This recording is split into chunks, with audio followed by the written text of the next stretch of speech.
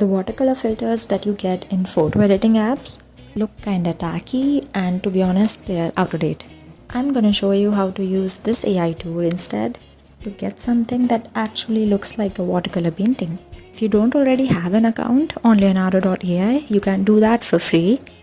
Once you're in, just make all the settings look like mine.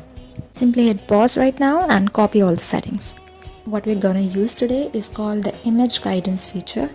Just drop in your reference image and copy these settings again. Please note that I've used the word selfie in my main prompt. If yours isn't a selfie, then please refrain from using that word. Feel free to tweak the prompt according to your needs. I've also added a negative prompt, as you can see, which simply means that these are the things that I do not want to see in my image. Also ensure that you choose image dimensions that best resemble your reference image, because it's important to match the aspect ratio to get accurate results. Now you can simply hit generate till you see something you really like. Now you could just open your image and download it.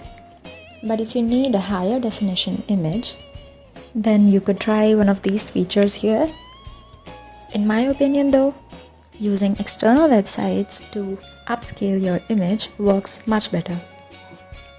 Now this was what I ended up with. I edited my image a little further because I was making this wedding poster for someone. Let me know what you think. Bye bye.